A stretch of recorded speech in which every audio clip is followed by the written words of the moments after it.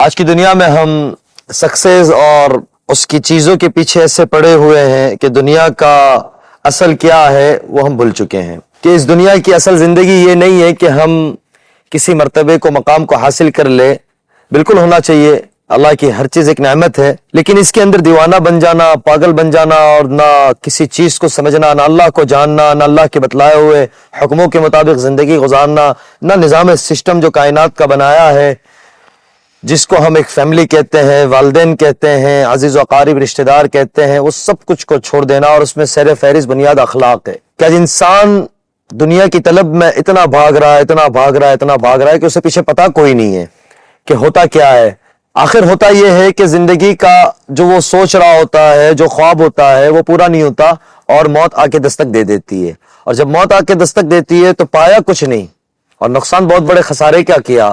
اتنے بڑے خسارے کا نقصان کیا، نہ اسے اللہ ملا نہ دنیا ملی، تو یہ تو بہت بڑے خسارے کا نقصان ہے کہ انسان کا اصل دنیا کے اندر سکسیس اور کامیابی اور مرتبہ اور مقام یہ نہیں ہے کہ چیزوں کا آ جانا اور پھر مال و دولت کا اور نام و متاع کا، یا تو پھر مسائل آسان ہو جانا، اور ان مسائل کو جو وہ دنیاوی مسائل سمجھ رہا ہے کہ بھائی میری گاڑی برانڈیڈ لگژری گاڑی ہو گئی، میرے پاس گھڑیاں وہ ہو گئی، اور میرا پہننا اڑنا ایسا ہو گیا، اور میرا لگژری فلیٹ ہو گیا یا مکان ہو گیا، یہ کامیابی نہیں ہے۔ کامیابی کیا ہے؟ تو اللہ قرآن کریم میں کہتے ہیں کہ کامیابی وہ ہے جو تیرے دل کو سکون پہنچائے، اور سکون کہاں ملے گا؟ میری طرف ملے گا۔ تو اللہ اسی لیے کہتے ہیں کہ ففروا الی اللہ، آؤ اللہ کی طرف، کہ نبیوں کی محنت کا مقصد یہی ہوتا تھا کہ آج ہمارے جو مہمان ہیں اس علاقے سے آتے ہیں جہاں سے ہماری اس مبارک دعوت اللہ کی محنت جہاں سے چلی، اس علاقے سے ہے۔ تو میں ان سے بات کر رہا تھا ابھی اس پروگرام کے شروع ہونے سے پہلے، تو میرا مضمون یہاں بیٹھا ہوا ہوں تو میں وہ کوئی بات نہیں کر رہا ہوں، لیکن میری زبان اس طریقے سے چل رہی ہے کہ اللہ کے رسول صلی اللہ علیہ وسلم کے اوصاف کمالات جتنے بیان کیے جائے کم ہیں، جتنے سنے جائے کم ہیں،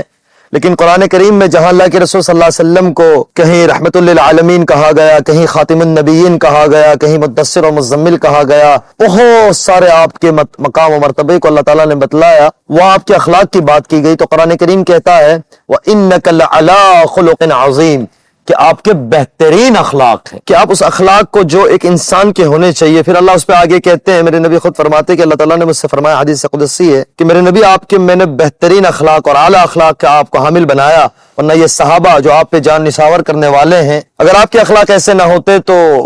وہ آپ کو چھوڑ کے چلے گئے ہوتے۔ یعنی کن سے کہا جائے؟ رحمت للعالمین، جو سرافہ رحمت ہے، انسانوں کے لیے نہیں، ساری کائنات کے لیے، ساری کائنات کے لیے۔ کئی واقعات آپ نے سیرت میں پڑھا، سنا، علماء کی، بزرگوں کی مجالس میں سنا، ان سب کے بعد پتہ یہ چلتا ہے کہ اللہ نے اخلاق کو آگے بنایا۔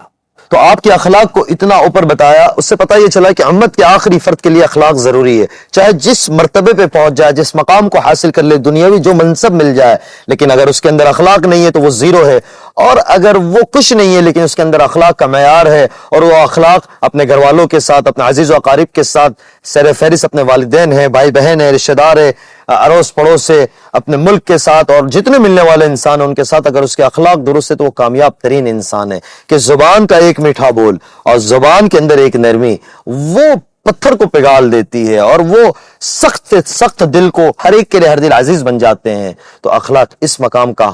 ایک بہت بڑا مقام ہے۔ اللہ کرے یہ ہمیں نصیب ہو کہ انسان اپنی آج کی دنیا کے اندر دور یہ ہو گئی کہ انسان کو تھوڑا سا کوئی مرتبہ یا کوئی چیز حاصل ہو جاتی ہے دنیاوی، وہ سب کچھ بھول جاتا ہے، اسے یہ بھی نہیں پتا ہوتا کہ مجھے کسی نے پیدا کیا ہے، اور یہ میرے پاس وقتی ہے، میرے پہلے بہت سو کے پاس رہا ہے، میرے بعد بہت سو کے پاس رہے گا، میں تو اس کی ایک واچمینی کر رہا ہوں، چوکیداری کر رہا ہوں، کچھ وقت سنبھالنا ہے، اور یہ کب میرے پاس سے چلا جائے، اور زندگی کی سانس کب ٹوٹ جائے، اور سانس تو بہت دور ہے، یہ اللہ کب لے لے، یہ اللہ کے دیا ہوا عزت، شہرت، مال و متاع اور اسباب، یہ سارا ہم سب کچھ اس کو جتنا ملا ہے اللہ ہی کے دین سے ملا ہے، کہ میرے سانس کا نکلنا، میرے سانس کا اندر جانا، یہ اللہ کے حکم کا محتاج ہے۔ تو یہ ساری کی ساری چیزیں اللہ کے حکم کے محتاج ہے، تو پھر میرا کیا ہی ہے؟ کچھ بھی نہیں ہے۔ اگر یہ جان کر، یہ سمجھ کر زندگی سامنے رکھ کے گزارے گا تو اللہ کی ذات سے امید ہے انشاءاللہ وہ کبھی خسارے کا سودا نہیں کرے گا۔